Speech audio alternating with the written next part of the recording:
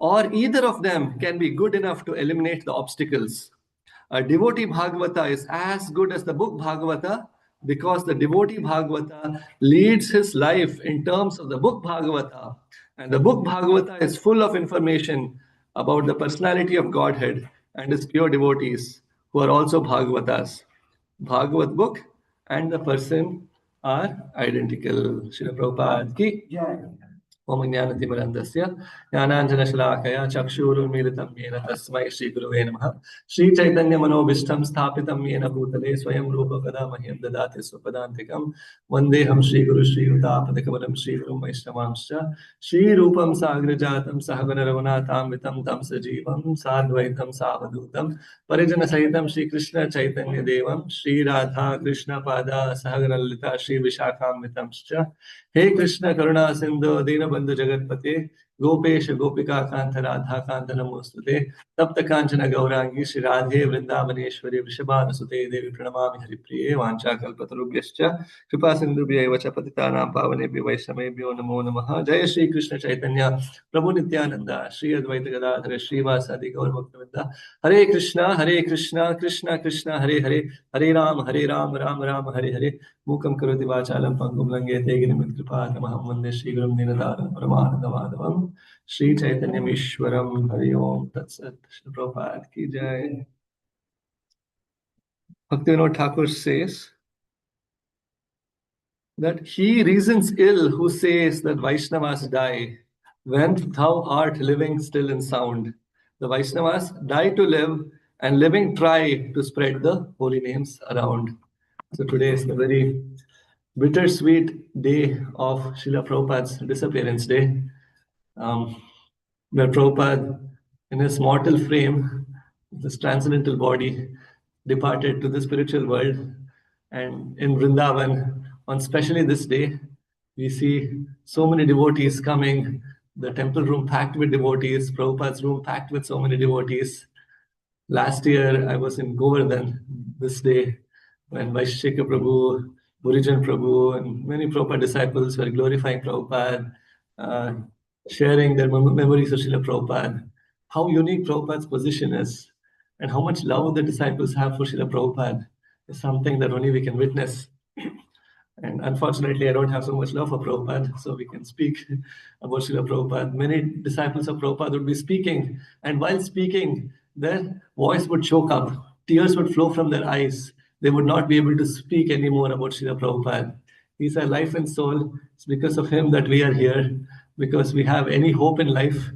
Our everything, our lives, our families, our Krishna consciousness, our entirety is all because of the mercy of Srila Prabhupada. We would have been nothing without him. So again, we'll spend a few minutes glorifying Srila Prabhupada. Again, I thought three sections, what we'll discuss today. One is just my personal reflection over the past week or couple weeks on how Srila Prabhupada has actually engaged us all in the rasa dance of Sri Krishna. We may know it or we may not know it, but some of it, again, I beg for forgiveness if it is speculation, but I'll try to keep it as authentic as possible, quoting the scriptures. And the second part, we will discuss a little bit about the life of Srila Prabhupada's final journey and about the sequence of events. And finally, what was Prabhupada's final desire for all of us in ISKCON, and how we can actually live and be in such a way that Prabhupada would be pleased with us. What does he expect of us and in ISKCON? So those are the three things I wanted to cover. And last year, when I was in Govardhan, Burijan Prabhu spoke. And unfortunately, I could not hear all the specifics because I was with my kids in the periphery. But one last time that he said was so amazing. Just describes Prabhupada's actual stature. How Prabhupada went to this place, somewhere near China, I think it was. And a place where devotees were struggling so hard to establish a center, establish a place, and have their presence there. As Chaitanya Mahaprabhu's mission is to spread the holy names in every town and village, Nagaradi Grama. And finally, here was a situation where there were many pious Indians who had come together, rich Indians, who had organized a program. And they were so favorable to the devotees that they had said that after this program, they would also donate funds to start a temple there. So we can imagine how important this would be, right? Would anybody want to let go of this opportunity? No. Prabhupada was invited personally. Murugan Prabhu was there. And they had also invited this Mayavadi guru. And the main podium, Prabhupada was made to first speak about Krishna. And Prabhupada saw that this person was a Mayavadi and he was uh, Mayavadi is Krishna Aparadi, right? So Prabhupada started speaking about Krishna, glorifying Krishna for so long. And then was the chance for this person to speak. And the organizers are trying to make some indications to the devotees. Please, Prabhupada's time is up. He can go to the audience and this person can speak. And Prabhupada would not get down from his Vyasasana. He would continue to speak. He would continue to glorify Krishna because for Prabhupada, what was important is glorification of Krishna. Who Krishna is, his life and soul is beloved Sri Krishna, that he wanted glorification and he cannot stand anybody blaspheming Krishna. Saying Krishna is formless, attributeless, nameless, impersonal, void. No, Krishna is a person. He is a lover of the devotees. And Prabhupada kept speaking, and these people who have arranged for this other person to speak are feeling little offended that that person is offended. And Prabhupada did not stop speaking. And finally, this went on and on and on. And then somehow Prabhupada, they made him stop. And they said, okay, he has to sit here.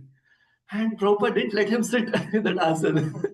He continued to sit there, not out of pride, but out of real humility.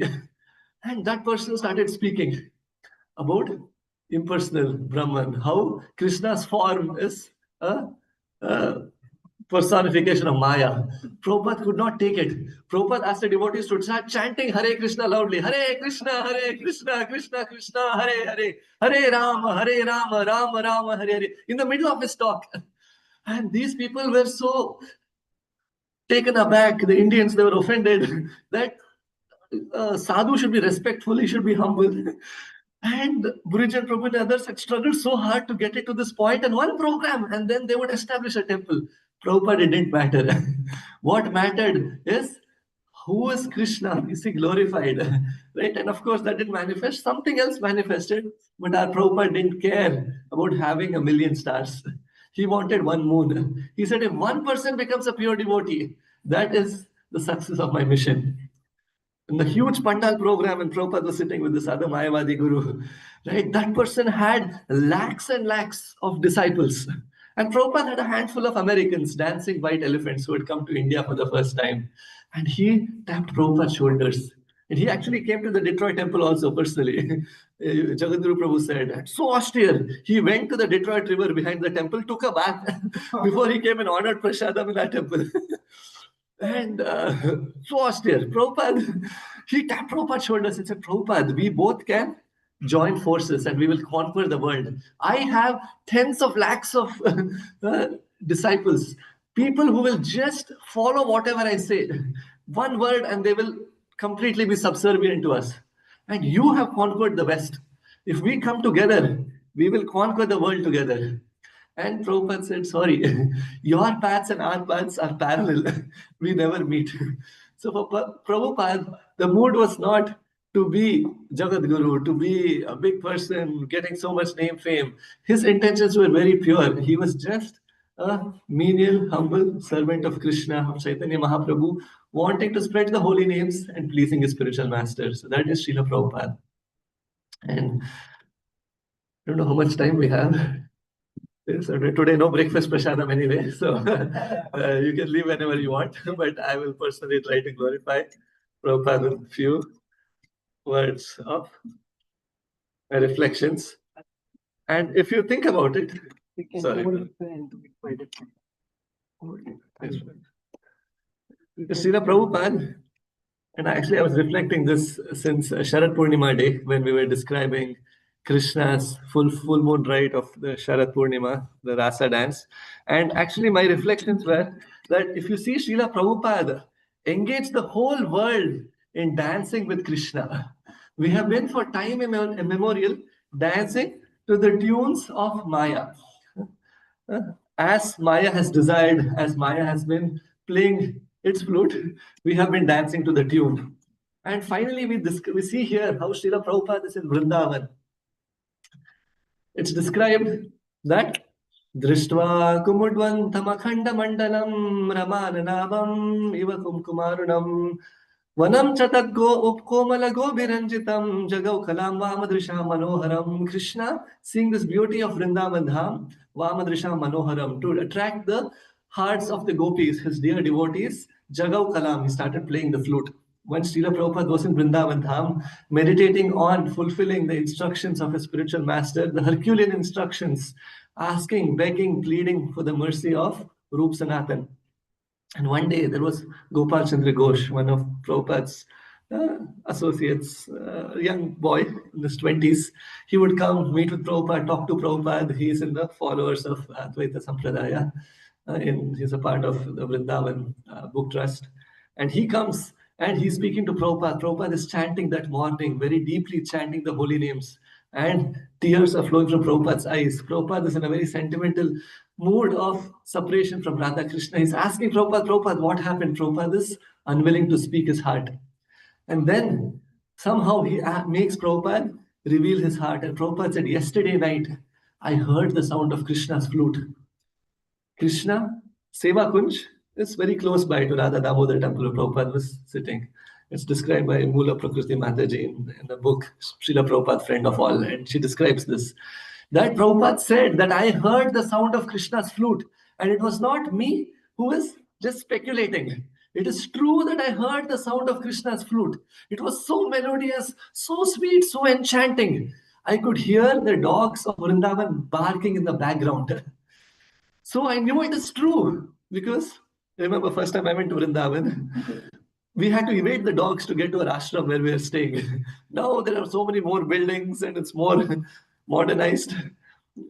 But 50, 60 years ago, we can imagine how Vrindavan was. You could hear the sound of peacocks. This disciple of Prabhupada, Abhiram Prabhu, actually says, when he was with Prabhupada the last days in Prabhupada's room, he was massaging Prabhupada's lotus feet. Few days, Prabhupada would depart from this world. And the peacocks would resound in the air around at 2 o'clock in the morning, making their sounds. And every other peacock would also resound the same sound that we can hear in New Vrindavan and other places. And Prabhupada would be in a completely different dimension, meditating on Radha Krishna's pastimes. Tears would flow from Prabhupada's eyes, hairs would stand on end, and the whole atmosphere in that room where Srila Prabhupada was would completely transform into Golok Vrindavan. He said it is a experience that it's very rare. It is a glimpse that Srila Prabhupada is giving into the spiritual world. Prabhupada, although was traversing this earth, he was, of course, on a different plane. What he was experiencing was completely different from what we experience. He said the pictures, you can see all these beautiful pictures in this temple walls. He said these pictures became three-dimensional. And again, this is something we can describe only in the association of devotees who have faith, who know, who can feel, who can understand. We know who Prabhupada is. And this is the reality. It would all come into a three-dimensional picture and he would be in Golok Vrindavan. And the whole breeze, the air, the fragrance, the sounds, the feel for a small portion of what Prabhupada would give a sneak peek, a glimpse into. He would describe as something indescribable. This is Golok Vrindavan. One more disciple of Prabhupada, Bhakti Siddhanta Prabhu. When he was in Prabhupada's room, and the last few months, couple months when Prabhupada was in Vrindavan, disciples would be allowed to come in and be with Prabhupada, hear from Prabhupada. Prabhupada wanted all the devotees to come and give them a feel of what it is like for a pure devotee of the Lord to leave this world. What is the lesson we should learn on how to depart from this world successfully? And he would be there. He was not a very good singer. I remember when I was in the Navadvip Parikrama in 2007, the last day of the Parikrama in Srivas, in Kolavicha Sridhar's place, Bhakti Siddhanta Prabhu, he played the role of Chaitanya Mahaprabhu. And Jananivas Prabhu played Nityananda Prabhu, Pankajangri Prabhu was playing another role, Jaipada Kamaraj another role. And they were enacting these pastimes. And then they would all roll in the dust. We would roll in the dust with all of them. Ecstatic, just ecstasy with all these devotees. And this devotee was there in Prabhupada's room. And the devotee who was singing had to leave Prabhupada's room and he was asked to sing. He said, within 60 seconds of singing Hare Krishna, Krishna Krishna, Hare, the holy names of the Lord, he said the whole atmosphere just transformed. It became Goloka Vrindavan. He could actually experience what devotees are looking for. What is that? Prema Pumarto Mahan. And he could hear Krishna's voice asking him, "Tell me, what do you want?" And he said, "I just want this experience. I just want your mercy. I don't want anything else. I just want to be with my spiritual master." These were the symptoms, experiences that the devotees would have the last days of Srila Prabhupada. And here in Radha Damodar temple, Prabhupada is hearing the sound of Krishna's flute. Vahamadrisha Manoharam, just like the gopis are hearing the sound of Krishna's flute. And during that time, as we know, Prabhupada would keep crying tears of separation, ecstasy, pleading the Goswamis to give him the potency to spread this Krishna consciousness movement in the West. And one day he had the darshan of Rup Sanatan and young Jiva Goswami, who also invested him with all the blessings to come to the West. So, just like these gopis heard the sound of Krishna's flute, I was reflecting, Prabhupada heard the sound of Krishna's flute. And Prabhupada left the cushy, nice, fragrant, spiritual dham of Vrindavan, where he could have very easily left his body to come to the West. And it is not different from the gopis who are leaving behind the homes that they are in to come to the forest looking for Krishna. It's described that Duhyant abhivayus kaschin doham hitva samutsukaha with so much excitement. Doham hitva, they give up milking of the cows and they come to the forest looking for Krishna. Payodhisthaya samyavam, payodhisthaya, the cakes that are being baked, they let go of it without even turning off the oven. And it is described that pariveshayantya kaschit, some of them are changing their outfits to their night outfits. Some of them. Payanta shishun payan. Some of them are feeding their children milk, their own breast milk. And they're letting go of all of these. In that utsaha, they're coming to meet Sri Krishna, which is not different from Srila Prabhupada's mood of leaving behind everything that he had to come to this forest. And this place is the forest. Samsara davana lalita loka. It is the forest fire of material existence. A place where all the four regulative principles are broken. No one is interested in anything that is Krishna conscious, God conscious. Prabhupada didn't care. Prabhupada wanted to fulfill those instructions of his spiritual master. 2018, when I was in Vrindavan on this day of Prabhupada's disappearance day, Smara Hari Prabhu, one of Prabhupada's disciples, he was reflecting on Srila Prabhupada's pastimes. He was one of the four devotees who was holding the palanquin as Prabhupada left this mortal plane to go back to Goloka Vrindavan. Taking Prabhupada's body all around Vrindavan Dham, when all the devotees, we can see the videos of Prabhupada's final pastimes coming and having darshan of Prabhupada's final journey. Right? Once when Prabhupada was traveling to a program with Yamuna Mataji, Yamuna Mataji was sitting behind and Prabhupada was sitting, and Prabhupada mentioned that when I leave this body, please give me the darshan of all of Vrindavan Dham so everybody can see me. And Yamuna Mataji was taken aback. She was chanting the holy names. She comes to Prabhupada and she asks, "Prabhupada, why are you telling me this? You should tell Tamal Krishna Maharaj. You are commander-in-chiefs." And Prabhupada very softly said, you tell it to him.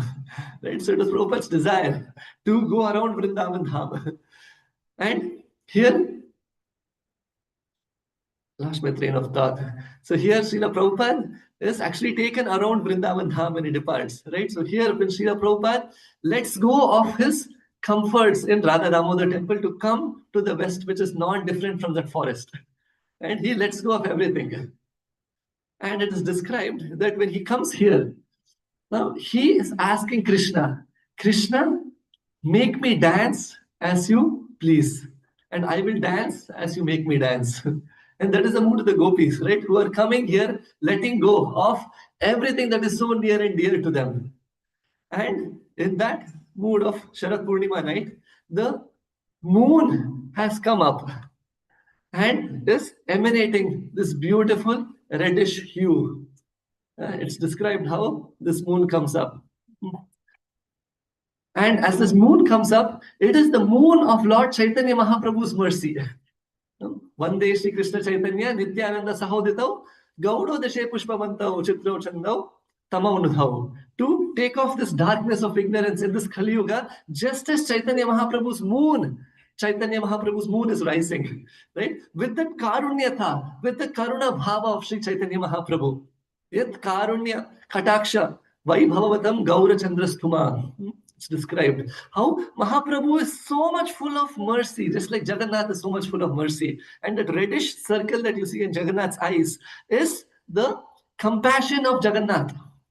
Similarly, that Karunya Bhava, that loving, just like when I'm so emotional, when you're so emotional, your eyes would turn reddish in color, right? So the emotion, the love of Jagannath is a reddish hue. Similarly, that hue of Chaitanya Mahaprabhu's reddishness, of his moon that's rising, is the moon that instigated Srila Prabhupada to hear Krishna's flute and come to the Western world.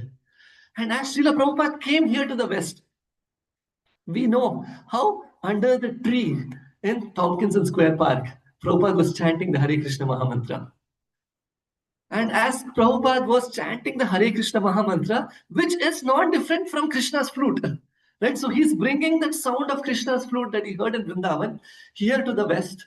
And what happened? In the West, our spiritual masters, our revered Prabhupada disciples, who are the ones who gave up everything to establish this Hare Krishna movement all over the world. They left everything. Ya dustyajam swajanam aryam hitam chahitva bejur mukunda padavim shrutibir mimrikyam. It's described, they gave up dustyajam swajanam, their own families, their own near and dear people. Aryapatham, their own pride, their own honor. They gave up honor, they gave up their people, they gave up everything, just like the gopis left everyone.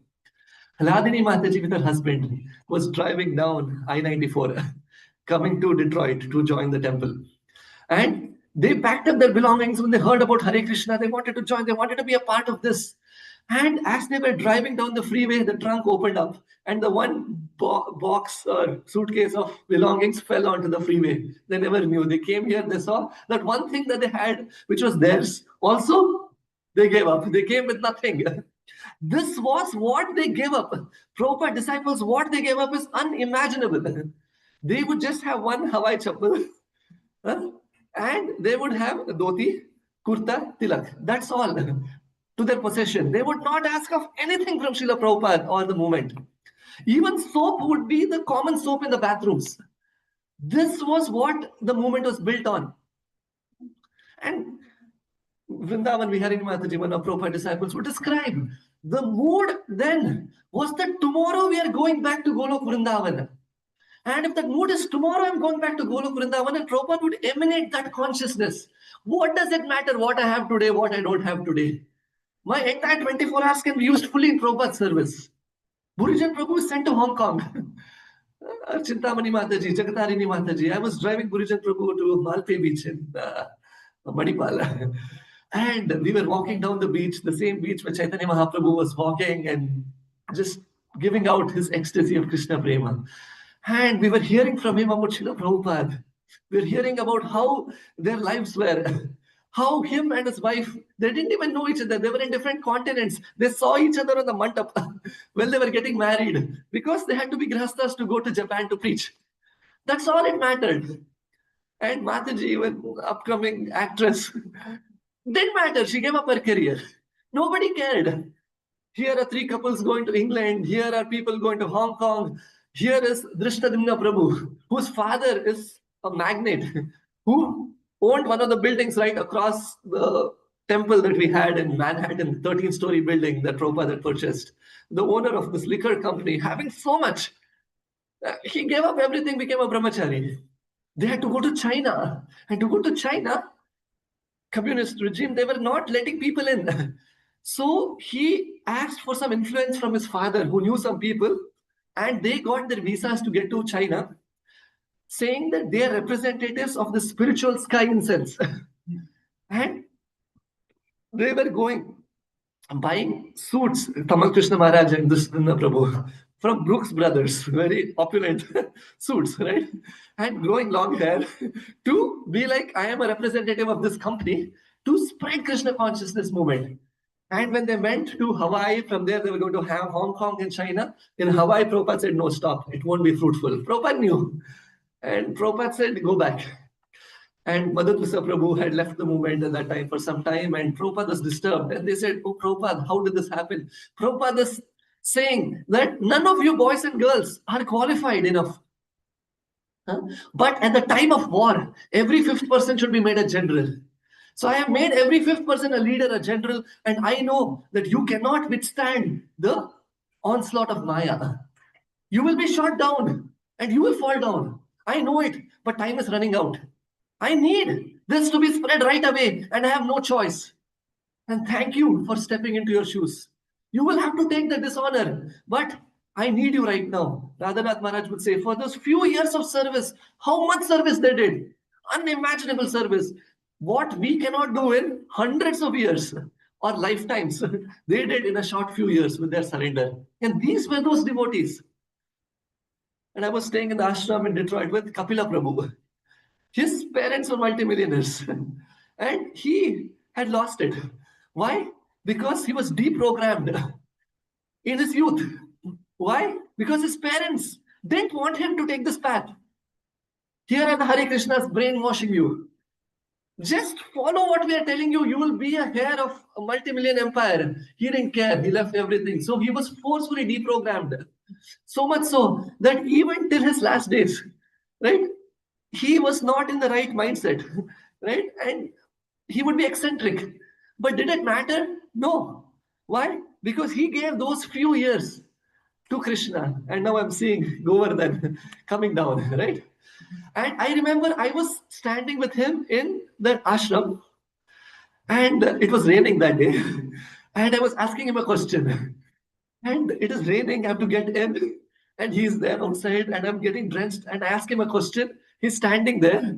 And after some time, he closes his eyes. I'm like, Prabhuji, I'm getting wet. I need to go in. I'm like, what is he thinking? I don't know. Then 10, 20 seconds passed. And he told me, just like today, it's a few days after Govardhan Puja, right? He closed his eyes and he said that even now, the boys and the girls in Vrindavan are standing below Giriraj Govardhan. And it is still one more day before Krishna keeps down Govardhan hill. And I'm like, what consciousness? For me, only I think of Govardhan on Govardhan Puja. Then I'm in my own consciousness. And here is him. And after 4 or 5 days, he's thinking 7 days Krishna is lifting the hill. This is day 6. What is the mood of the Brajvasis there? Externally is eccentric. It doesn't matter. For those devotees who even left the movement, Prabhupada in the last days came and personally took them back to Godhead. What to speak of those devotees who are what Indrananda Maharaj went through right now in Russia? We know what our spiritual masters are enduring just so that they can continue Prabhupada's mission, Prabhupada's mood.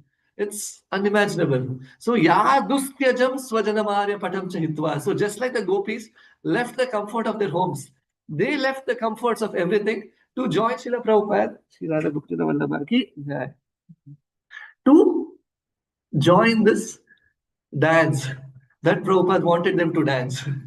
Right? And as I was reflecting more on this past time, we saw the moon rising of Chaitanya's mood.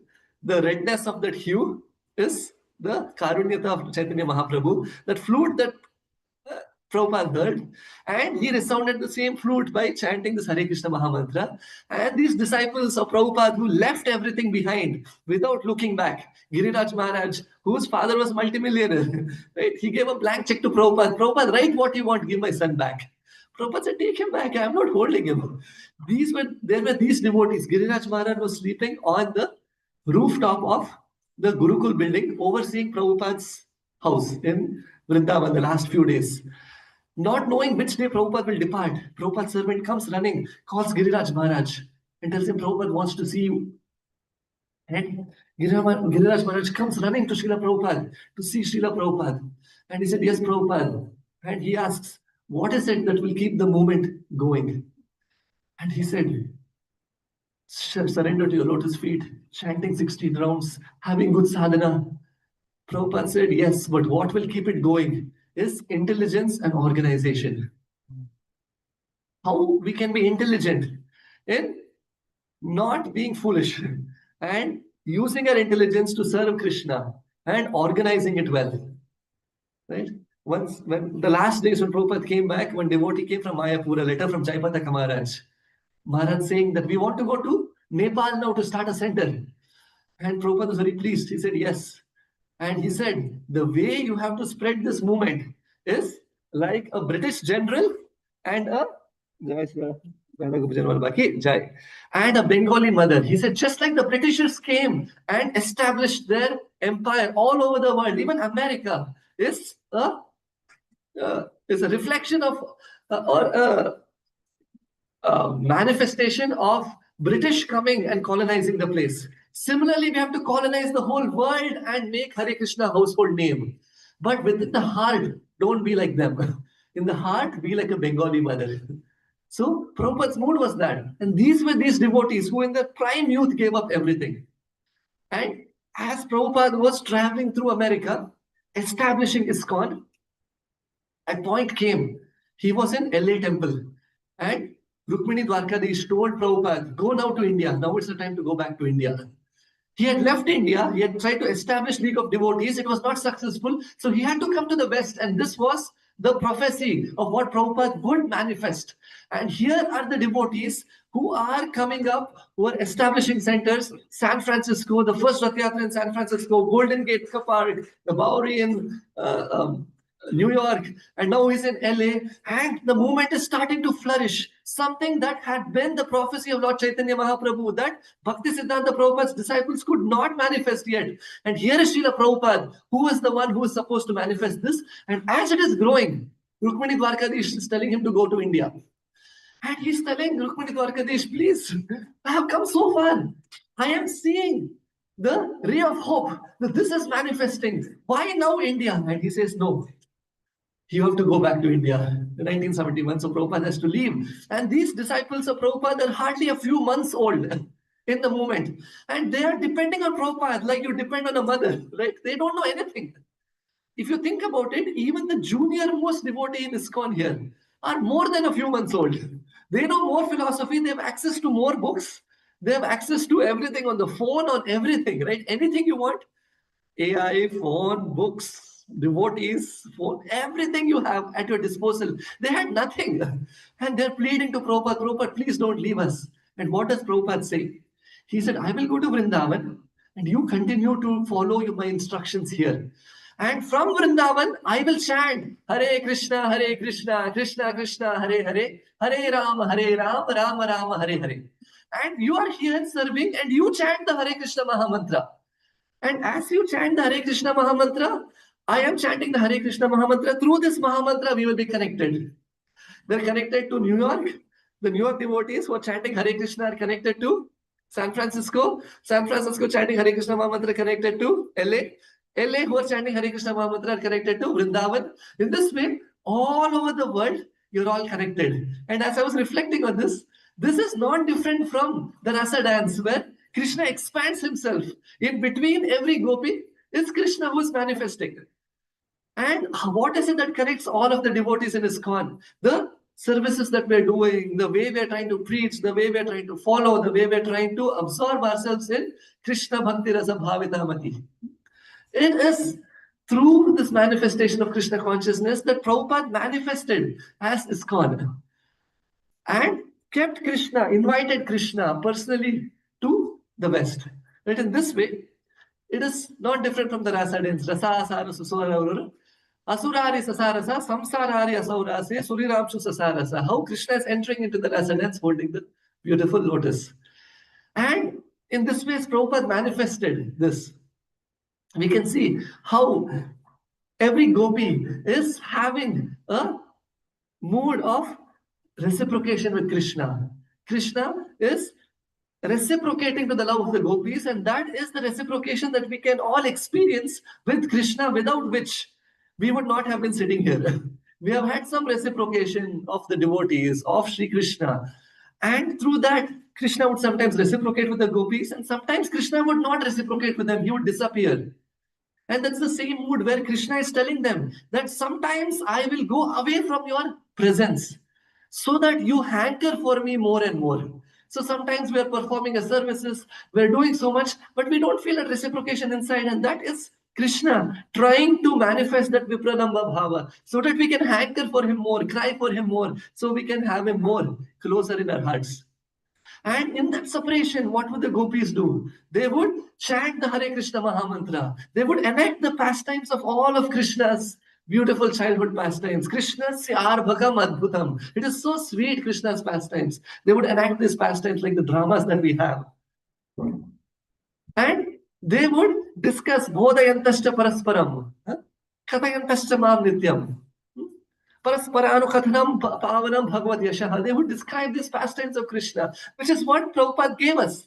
This Bhagavatam class, the evening class, our sandwich program, giving Krishna, as Indra Prabhu would say, what is preaching? Preaching means I am so immersed in Krishna consciousness that I'm feeling so enlivened, so happy that like a glass, you're pouring water more and more and more.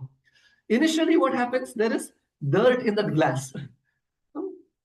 Pravishtakarnanandrena swaha bhava saroram dhunoti shamalam Krishna shalilasya tashira. Just like the waters will of the Sharad Rutu will wash away all the dirt. Similarly, as this holy name enters in, it washes away all the dirt. And then the heart is brimming and it is overflowing. And as it overflows, the ecstasy of the overflow of the devotee, Indra Prabhu would say, is preaching.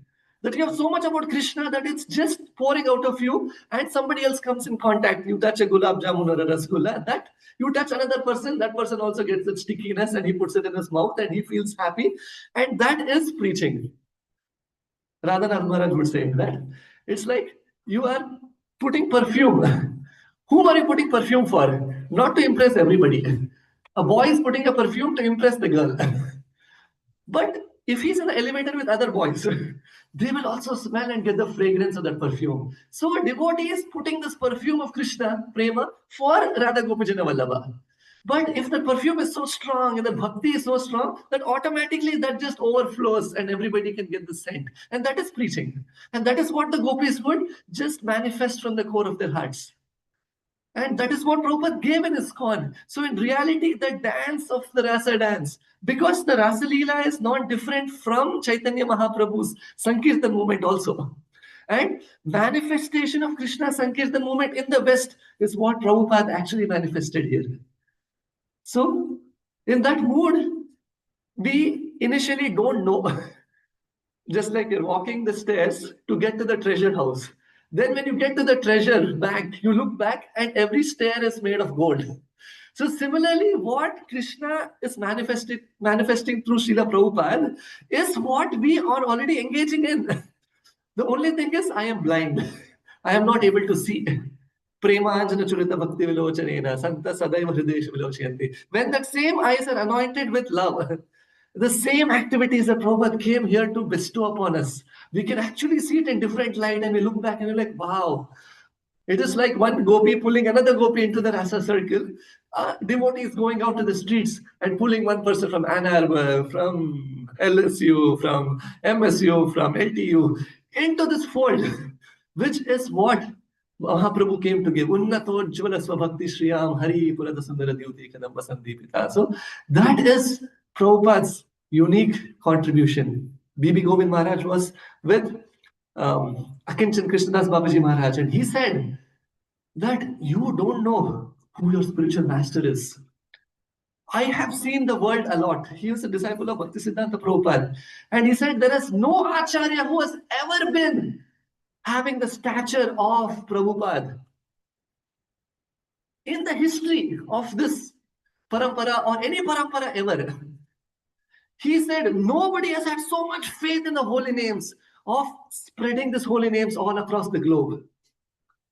So many pastimes. Recently, Atma Tattva Prabhu described how when he was going in the Bullock car party, he went to the sadhu in the Himalayas, and he has this Shastric Siddhi of telling who the person is by seeing the photo of the person, the face of the person. And he saw the photo of Krishna Prabhupada in the Back to Godhead magazine, and he made some measurements of Prabhupada's face. And he said, this person is a combined incarnation of the four big Mahajans who are the leading gurus of the four Sampradayas, Nitya Siddha Bhagavat. And this person is a sadhu, right? It just recently came on YouTube. This video of they were going through the Bulakar party and they stopped. There's a sadhu who's attained Siddhi. And he has this, I forget the name of that Siddhi. Samsar. I won't speculate, I forget. It's a very interesting word. I've never heard of this. And he took a blade of grass and he said, "You have a picture of this person, of your spiritual master." And he said, "Yes, Back to Godhead magazine." And he took Prabhupada's forehead to his chin and so many things. He made measurements. And he was like, "This person is unreal." Right? Who Prabhupada is? Eternal associate. We know that. But Prabhupada never revealed it to us. And Prabhupada only said that uh, Krishna told me to come here. I didn't want to come. Krishna forced me to come. So I was here. And in 1969 or sometime, Ramraj Prabhu was sitting right here, right? And he said that when Prabhupada had a stroke in New York, and he was in the hospital, and he's telling the devotees, his complete body is paralyzed, neck down. And he's telling Brahmananda Maharaj, the other devotees, "Take me out of here, I have to preach." They're like, "Prabhupada, you are completely paralyzed."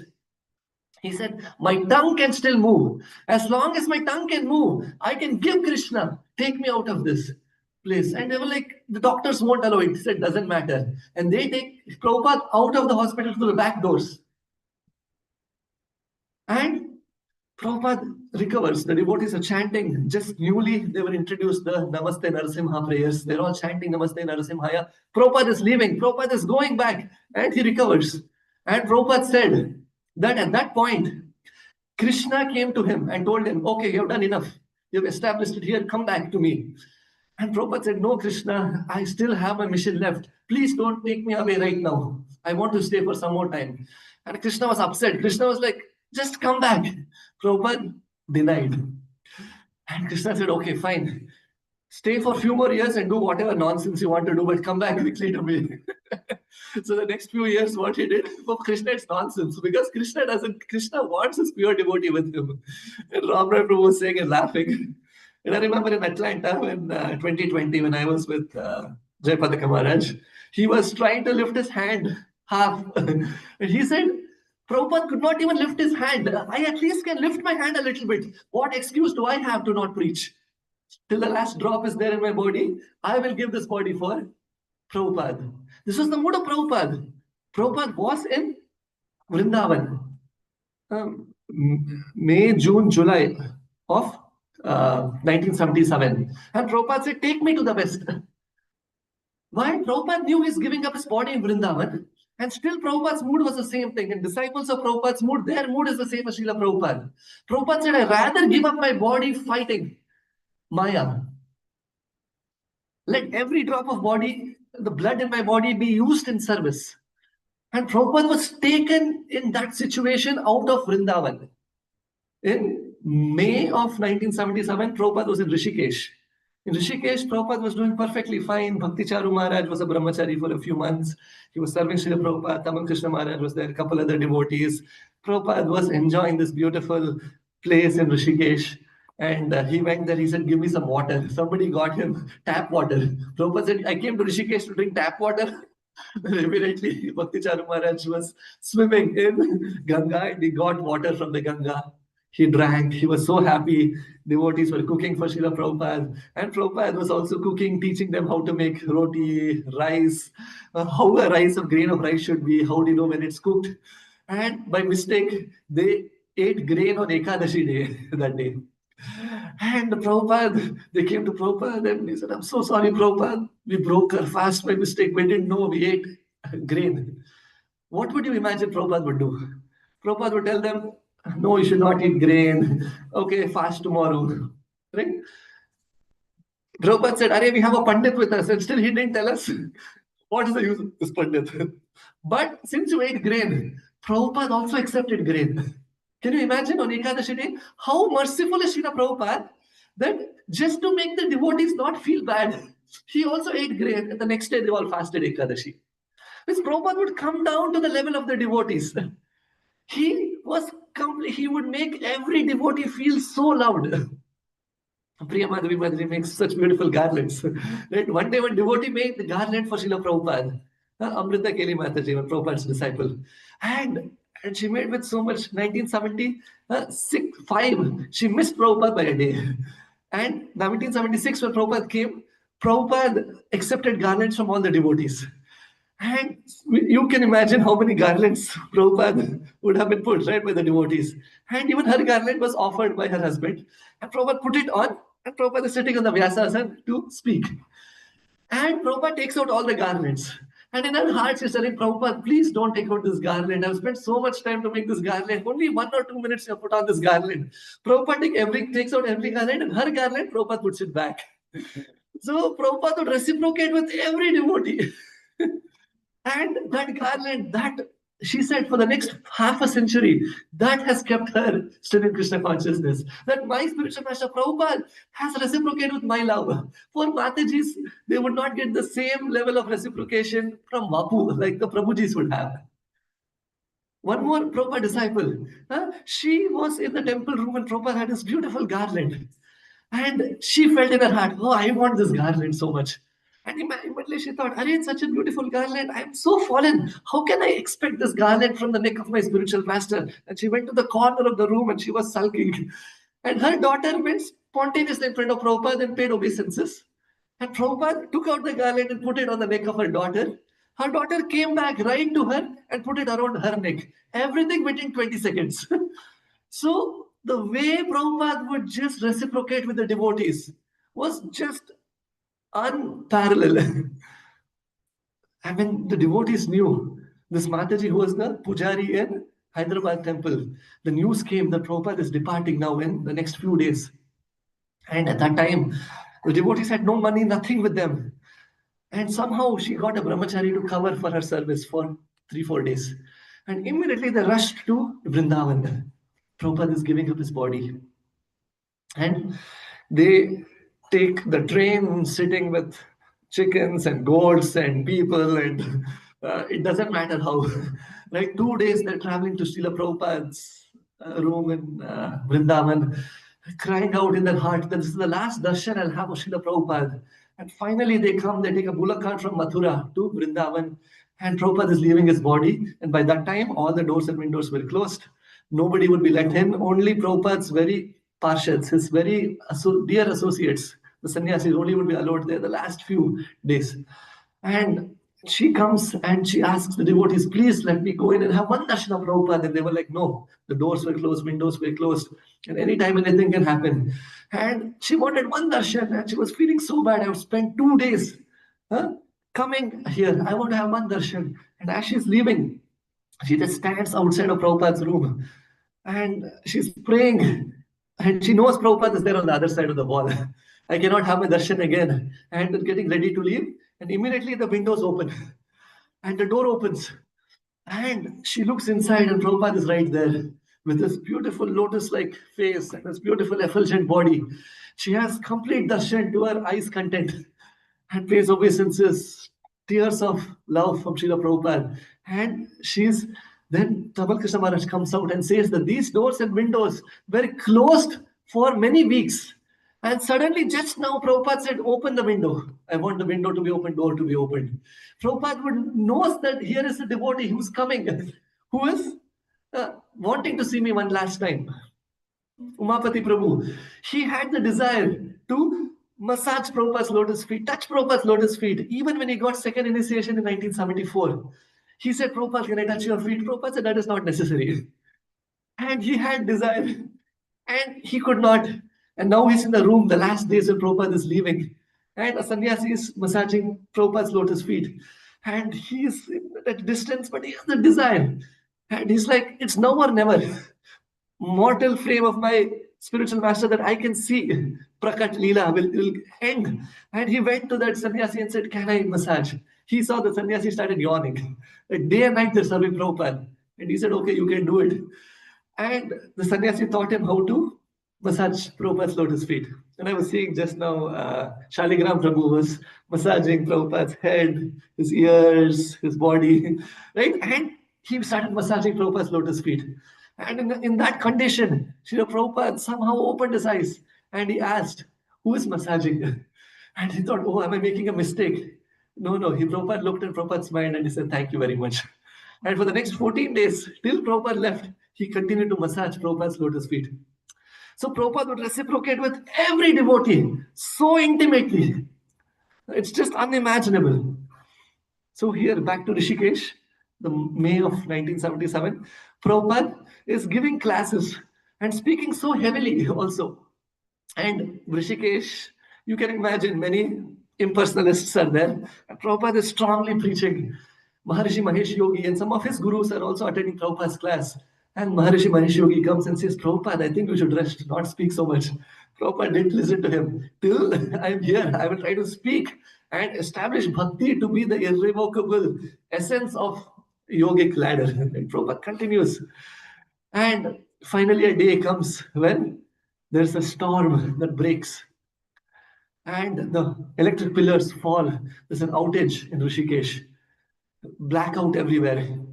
Between 12 and 2 is when Bhakti Charu Maharaj would serve Prabhupada at 1 p.m. Prabhupada looks at him and says, time for me has come. I have to depart from this world. It comes as a shock to the devotees. And Prabhupada was perfectly fine and healthy a few days before. But Prabhupada knows that time to wind down my pastimes has come. He tells the other sannyasis, instantly the same day they pack Prabhupada's bags, the same night they leave. Prabhupada says, I want to leave my body in Vrindavan. End of May 1977, Prabhupada comes to Vrindavan, and here in Vrindavan Dham, devotees are so happy. They don't know this yet. They are happy. Prabhupada is here. Jai Prabhupada, chanting, dancing. Prabhupada comes to his room, and Prabhupada calls all the devotees inside. They all come together, and Prabhupada speaks his heart out, and he said, yes, now my Prakat Leela will end. I'm getting ready to depart from this world. Just like Parikshit Maharaj was departing from this world, right? Prabhupada announces all the devotees are heartbroken. And I heard this from the Matajis who were personally there during that time, how they are expressing their heart. And they speak for 5-10 minutes. And as they speak 5-10 minutes, their voice chokes up and they cannot speak anymore. Right? So he tells Bhakti Charu Maharaj that stop cooking for me. What is the point of cooking for a person who has no hunger anymore? Prabhupada stopped eating practically. And all his flesh practically disappeared. Only skin, nerves, and bone. And even at that time, till the late nights, Prabhupada would have his dictaphone with him and continue to translate these Bhaktivedanta purports. The devotees who would be on the roof of the Gurukul building, if you have been to Vrindavan, and the other building, they could oversee Prabhupada's building here, Prabhupada's room, Prabhupada's balcony. They would see that sometimes there would be storms and there would be wind, so much so that the devotees would come in and close all the shutters. And Prabhupada would be out there in the veranda. He would start translating. And because of the wind, he would stop, wait for the wind. And he's literally being shaken in that wind. And he would continue through the late nights. So much compassion. He's not eating, he's not drinking, but he's just serving the devotees in this way. And then Prabhupada realizes that his visa has expired. His passport has expired. His green card has not been renewed. And he's furious. He calls the devotees and he said, how is this possible? I am the guru of the West, Paschatya Deshitarini. My instruction from my spiritual master is to preach in the West. And we were discussing a couple of these pastimes last night in Bhakti Vriksha. How Abhiram Prabhu takes Prabhupada's passport. Impossible is a word in the Fool's Dictionary. You cannot be with Prabhupada and say, Prabhupada, this is not possible. Prabhupada would not take impossible for anything. Anything was possible. Printing all of this Chaitanya Charitamrita books in 3 months was possible. Going to London and making the Beatles devotees was possible. Going to Japan, going to Hong Kong, going to any place was possible. Where even Chintamani Mataji would say that the devotees there in China could not even pronounce Hare, Hale, they would say. And they would become devotees. That would be possible. Going to Russia and making a prediction that this is what would happen and starting the Russian movement would be possible despite USSR and the communist regime. Nothing was impossible. And here is Abhiram Prabhu. He takes Prabhupada's expired passport and he goes to the House of Parliament in London, in Delhi. And he just walks right into the House of the Parliament trying to meet MPs. And he meets one of the MPs, preaches to them. He was sympathizer of our movement. And he writes a letter recommending Prabhupada's passport renewal. And right now I'm working through my Indian passport renewal. Mine got expired in Feb. And it's such a laborious process. And within 2 days, he takes a letter, goes to the embassy, and new passport Prabhupada gets. And now to get Prabhupada's visa, right? Because green card again is difficult to renew an expired green card, but at least a visa for Prabhupada. Why Prabhupada is in this state, but still Prabhupada wants to come to the West to preach?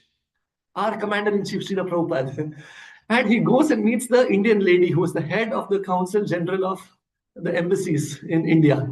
And she welcomes this young 20-year-old American boy, and he has Prabhupada's passport, and he says, please, can you give visa to this Indian gentleman, our spiritual master? And she says, okay, where is he? Can I see him? And he says, no, he's too sick to come here from Vrindavan to Delhi. And she says, if he's too sick to come from Vrindavan to Delhi, he is too sick to go to America and hence rejected. Stamps a rejection. He can't go and take this passport to Prabhupada and say rejected. Impossible. Prabhupada would be a lion. And during those times in Calcutta, there was one Mr. O'Neill, who would be the consulate person under this lady, representative of the consulate, American embassy in Calcutta. And Mayapur, Chandrodaya Mandir, devotees would be there. They would go and preach to people. They would preach to anybody and everybody. Gurudas Prabhu we met him when we went to Sadhu Sangha festival, and he was describing so many amazing pastimes of Prabhupada, how they would preach. Like before the Vrindavan temple was established, he said him and a couple more devotees were sent to this place near Yamuna.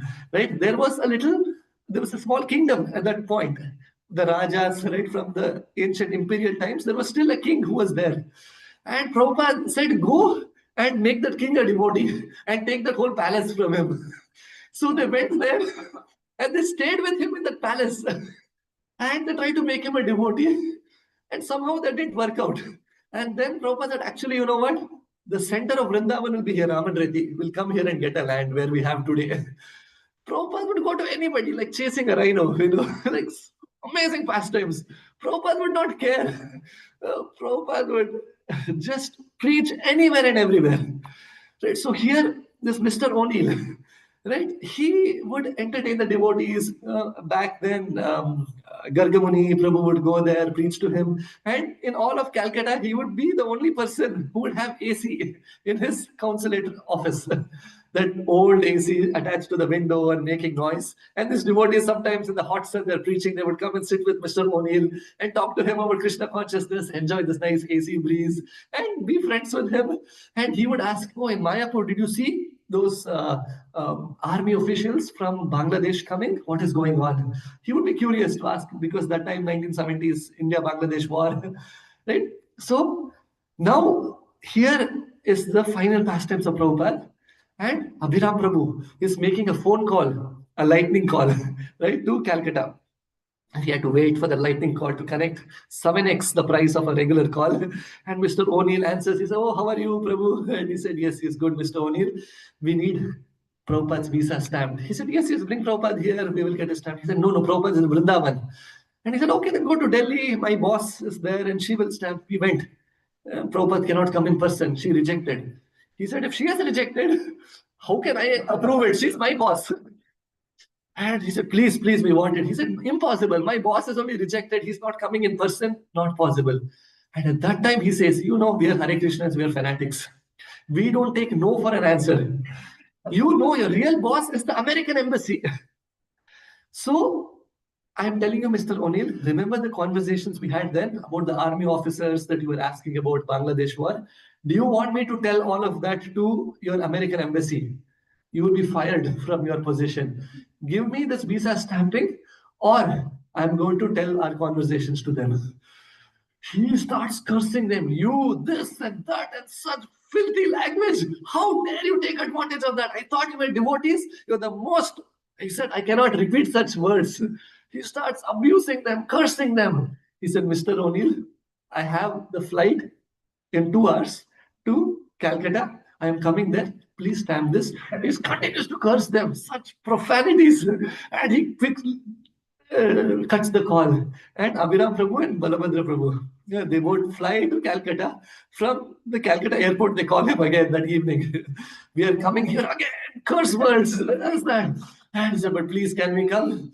Okay, he said, get your damn passport and I will stamp your damn visa. Not damn is not the word, he used some other words. But and he comes the next day, then stamps Prabhupada's passport. And then he doesn't even see him. His secretary comes, Mr. O'Neill, he stamps, gives it to him, and the secretary tells, leave right now. Our boss is very hot. He says, my work is done. For Prabhupada, anything. And he calls, there's a lightning call, Vrindavan. Tamal Krishna Maharaj answers. So Prabhupada has his visa? Yes. Are you sure? Yes. I'm looking at it.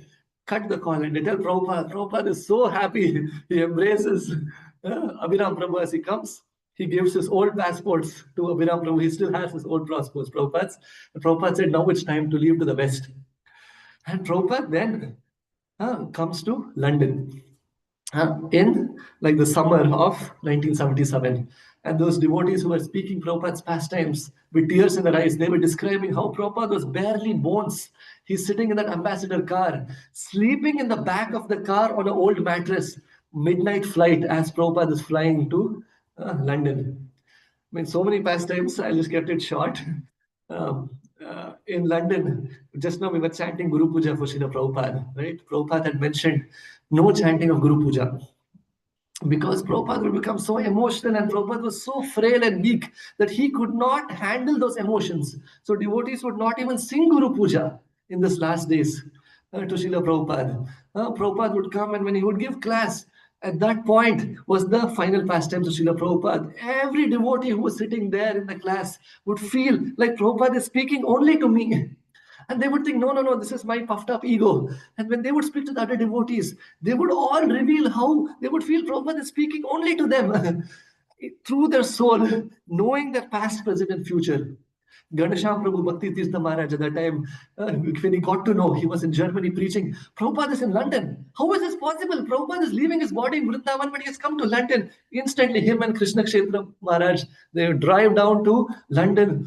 Prabhupada meets them and all his letters of his reports, he speaks to Srila Prabhupada. Prabhupada has tears of ecstasy, and Prabhupada says that it is these letters of my disciples who are distributing my books and preaching the holy names all over the world that is keeping me alive. When he talks about the Iron Curtain in Germany and how people are suffering, the food banks are closed, they're standing in long lines to get few morsels of food. Prabhupada just injects tears of compassion, not just compassion spiritually, but even materially, feeling for the hearts of people who are in need. That was the mood of Srila Prabhupada.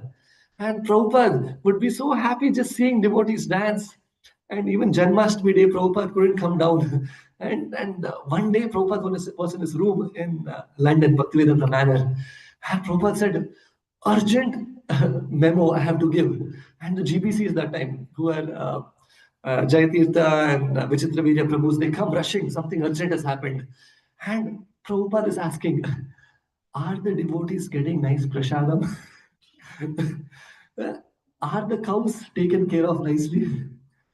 So the point being to really bring forth this movement, these simple things were what was in the forefront of Prabhupada's minds. Are the devotees taken care of? So that was the mood of Prabhupada. And on his Vyasa Puja day, his last Vyasa Puja day, when he was in London, he could not even speak. And Tamal Krishna Maharaj glorifies Srila Prabhupada and describes the life and achievements of Srila Prabhupada. And as Prabhupada would hear his own achievements, he would nod along and say, yes, yes. And it is not just saying that you are accurately speaking my life and achievements, but it is his real pride that, yes, I have fulfilled what my spiritual master expected of me. I have delivered what my Guru Maharaj had requested me to do. And he said, this Srila Prabhupada would preach anywhere and everywhere. And Prabhupada said, even in a garage, in an Amsterdam, in a garage, Prabhupada had a program. And Prabhupada would just add embellishments to that. And devotees had such a wonderful time. And of course, again, Prabhupada had to be hospitalized. He got hospitalized there. He went through a surgery. And then he came back, and then he was in a very frail health. And finally, it was time for him to leave. And even the policemen who were there, Mr. Harry, who lived close by next to the temple, he came rushing through the crowd of the devotees as Prabhupada is leaving, and he shook hands and he said, Mr. Prabhupada, I'm so grateful you came here and gave us Krishna consciousness. So every person was so pleased with Srila Prabhupada, and Prabhupada had actually achieved it. And Prabhupada took one last final car ride through the heart of Soho Street and the heart of London. And as he went there, he said only one word, Bloomsbury. That is the place where London Royal Museum was, which is the heart of London. And those Britishers who came to India and established their colonies here. Today, I have come and established the temple in the heart of London. Rath Yatras in the hearts of all the places. Prabhupada could not be less proud. And Prabhupada then finally comes to Vrindavan for his final pastimes, to wind down his pastimes. Many sweet pastimes are there. But I was talking personally to Kulshekar Prabhu, who was there in Detroit the day Prabhupada departed. I asked him, Prabhuji, how was it? What happened? It was early in the morning, right after Guru Puja during that time, of course, evening in India, when it was announced that this happened. And devotees are all stunned. I mean, I am a nobody compared to all these stalwart devotees, not even a speck, right? These devotees, their life is Srila Prabhupada. They've given up everything to Prabhupada. They don't know anything but Prabhupada's instructions. They were completely stunned. I have a family to go back. I have a bank balance. I have a job. I have this. I have that. And of course, Krishna consciousness is there. But their level of surrender is amazing, unparalleled. For them, they don't know nothing but Prabhupada. And they were all stunned. Chaitanya Rupa Prabhu I talked to, he was in Hawaii. Same thing. The devotees are all called and they said, Prabhupada has departed. And they don't know what to do, whether to turn left or turn right. And they continue to go through the motions of their services. But now they are emotionless. This Vrindavan Vihari Mataji, she was distributing books in the airport. They came back. The temple authorities announced this. And then she doesn't know what to do. Prabhupada is left. And then she goes back distributing books. Now she's distributing books, giving it to every person. And as she's distributing books, she's crying loudly. She's sobbing. She's crying, crying, crying. The people in the airport, they come and they just embrace her. Are you okay, dear girl? Are you okay? What happened? And she's only saying, my father died. My father died. That's all. Like these devotees, they have nobody but Prabhupada, right? And their mood was so in tune with Srila Prabhupada that they were completely heartbroken. But one devotee explained this, and he said one amazing way that this manifested was that at that point when Prabhupada was there on this planet, Prabhupada was there in New York. Then he was in San Francisco. Then he was in London. He had a house program in an Indian house. Then he went to Rishikesh. He went to Bombay for this Pandal program. And then Prabhupada is here. Where is Prabhupada? Where are my letters? Now my letters will come from Srila Prabhupada. Right? So that excitement is there. But now that Prabhupada has left from this mortal plane, now Prabhupada is not in London or in Frankfurt or in this place or that place. Now Prabhupada is everywhere. So that one Prabhupada now is manifested everywhere. And Prabhupada is as personally present here in Farmington, as he's in Detroit, as he's in Vrindavan, as his Murti is crying tears in Atlanta, as Prabhupada coming in the dream of this devotee Mataji, who is ironing Prabhupada's clothes once more to keep it warm before dressing Prabhupada. So much so that Prabhupada comes in a dream when she's giving up her body and saying, thank you so much that you kept me warm for so many years. She could have just put this ironed nice cloth on Prabhupada, but it was very cold in that European country, wherever it was.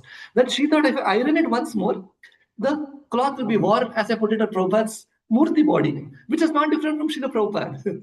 Right? And Prabhupada is reciprocating with her. So that one Prabhupada who was there, mortally manifest in a spiritual body, became aprakat, but technically became prakat all over the world. Right? So that is the mercy and glory of Srila Prabhupada. And of course, as we know, the last day before Prabhupada left, he chanted these words, Brahma Bhuta Prasannatma, na sochati na kankshati, sama sarveshu bhuteshu, Bhakta Labhate Param. Brahma Bhuta Prasannatma. He said, these scientists will never believe that life came from life. They will never believe that Krishna is real. But guess what? Even in this body, right? A devotee, it doesn't matter what body a devotee is in. It can be a completely dilapidated body. But Brahma Bhuta Prasannatma, he is completely happy internally, so satisfied. And he mentioned that, of course, a couple of weeks before. He still those chapters of Bhagavatam, 13th chapter of the 10th canto. And in this way, Prabhupada, finally, Bibi Govind Maharaj was sitting next to Prabhupada. Prabhupada took the last breath. He chanted, Hare Krishna. And he said that his mouth opened and a hue of light came through his body. And all the devotees knew at that point that he has departed from this world. And of course, the emotions that the devotees had. Umapati Prabhu just tied that cloth around Prabhupada's head to keep his mouth closed. And then they took Prabhupada's body right in front of Krishna Balram deities where the Vyasasana is. And Puri Maharaj Prabhu, who was one of Prabhupada's disciples, was doing Aarti to the evening Aarti to Gaur Nitai. He saw while doing Aarti that Prabhupada is present right there. Now in his unmanifested form, with just his body, right? Of course, spiritual body. As soon as he saw that, he fainted on the altar right there. And Bhavananda Maharaj went behind Prabhupada's body where it was and started sobbing and weeping and crying like a baby. And devotees were chanting, singing different hymns, different Vaishnav songs till late at night, right? And just days leading to Prabhupada's departure, right? The last point I wanted to mention was Prabhupada had this mood. Prabhupada called all of his disciples together and he told them that none of you have a, a tinge of my qualities, senior leaders. He said, but many of you put together have a small fraction of my qualities I have. He said, so the only hope for ISKCON, if that you are all here together and serve in the mood of loving service to me, in the mood of cooperation. And he said that the love for me would be shown by the way you would cooperate with each other. Right? And he said that keep your false egos aside. Keep your egos aside. And he said, ISKCON is still an infant. It's an infant baby. And ISKCON was 10, 11 years old at that point. So a small infant baby, and it meets everybody together. And you all need to come together and not go separate in different ways. And your love for me will be manifest in the way that you would cooperate with each other and be in that mood. So even today for you and me, we are a very small player in this huge ISKCON. But in the mood that I can keep my false ego aside, and in the mood of keeping ISKCON together, serve in that way, that is what would please Srila Prabhupada. When Prabhupada was actually going to Allahabad in January 1977, at 1 a.m., Rameshwar Prabhu was there with Prabhupada. And Prabhupada was up sitting. At 1 a.m., he also woke up. And he said, Rameshwar Prabhu said, Prabhupada said, let me speak with you. And he spoke in great detail about the world, preaching, and how to preserve Srila Prabhupada's ISKCON. Prabhupada would say that ISKCON is my body. If you love me, you will be in ISKCON. You cannot leave ISKCON and still love me, because I am ISKCON. And we know Peter Barbash Prabhu, at the end of his speech in the Festival of Inspiration, he would speak about the 4 pillars. And one of the pillars is, Prabhupada said, I am ISKCON. So to the extent that we can actually keep everything else aside for the greater good and cooperate with each other in the mood of loving service, that would please Prabhupada more than anything else. Radhanath Maharaj once said that you can justify to the whole world that what I am saying and doing is correct and that person is wrong. And the whole world might also say that, yes, you are correct. This person is wrong. And you might feel that satisfaction inside. But there is one big problem, and that is that you will make zero spiritual progress and your progress towards your relationship to Srila Prabhupada also. So in that mood, Prabhupada always had this, that how can this legacy be carried forth, right? And we know for the majority of what devotees have poured their blood, sweat, and tears, it has manifested into what it is way bigger, way better than what it is. But of course, we still have I was talking to Vasudevan Prabhu also. Like many little things we see. So in my circle of influence, what can I be? Who can I be that will please Srila Prabhupada? Was what Prabhupada's final desire was of the devotees and the leaders in ISKCON. So in this mood, as they kept Prabhupada's body there and transcendental body and had darshan of, made him get darshan of all the deities. They had bhajans till late night. At 2 a.m., the devotees were so exhausted, and one devotee manifested there, Akinchand Das Babaji Maharaj. They didn't know who it was at that confusion. They asked him to sing, and the Mahamantra that he sang, in the mood he sang, was another dimension. He manifested the holy names in Krishna to manifest right there. Akinchandas Babaji Maharaj, and we all know, some of us know the glories of Maharaj. And as he sang, and Prabhupada also fell at the feet of Akinchandas Babaji Maharaj in the last days. And he asked every one of his god brothers forgiveness for any mistakes that he might have made in talking heavily to increase the preaching of Krishna consciousness. And none of them took offense and only glorified Prabhupada in return. Actually, Bhakti Charu Maharaj, who was there in those last days, right, he was with Srila Prabhupada, and he was asking Akinchandas Babaji Maharaj, our Srila Prabhupada preached the holy names all over the world. But now when the time has come for him to depart, why is he not chanting? I have not seen his lips move. So Akinchandas Babaji Maharaj asked him to pour a few drops of Charanamrit. This was a few days before Prabhupada departed. And as he poured a few drops of Charanamrit, Prabhupada opened up his lips and his tongue was vibrating. Hare Krishna, Krishna Krishna, Hare Hare, Hare Ram, Ram Ram, Hare Hare. Till his last breath, internally the tongue kept vibrating the holy names constantly. Kirtaniya Sada Hari, Nityam Bhagavata Sevaya. Satatam Kirtayanto Mam. So always chanting the holy names. Although his lips were closed, every iota of his body was chanting the holy names. So, and finally, even the day after, when his Pushpa Samadhi, his actual Samadhi was being established there, like other bodies, right? Prabhupada's body never became stiff and the blood clots. Nothing happened. Prabhupada's body was still the same, flexible, sweet, aromatic, with that fragrance. His transcendental body was still there. And we know Prabhupada lives with the legacy of his followers. So this way, today is that very bittersweet day. And if you are in Vrindavan today, like when you have darshan of Prabhupada's room, Prabhupada disciples actually have the stick Prabhupada was holding, the cloth Prabhupada was wearing, of course, the bed that Prabhupada was sleeping, they put it all on the head of the devotees. Even I had gotten it one year. And of course, the mood there is completely transcendental. When you have a room full, temple full of devotees who are just crying out of love and gratitude to Srila Prabhupada, who have lived their life based on this legacy of Srila Prabhupada. So, yes, when I'm desiring that some year I get the opportunity again to go back and experience that in the Association of Prabhupada's Disciples. So, just wanted to share a few words of reflection. Please forgive me if I spoke anything wrong. In service to Srila Prabhupada. Srila Prabhupada ki. Granth Srimad Bhagavatam ki. Hare Krishna. Prabhupada ki jai.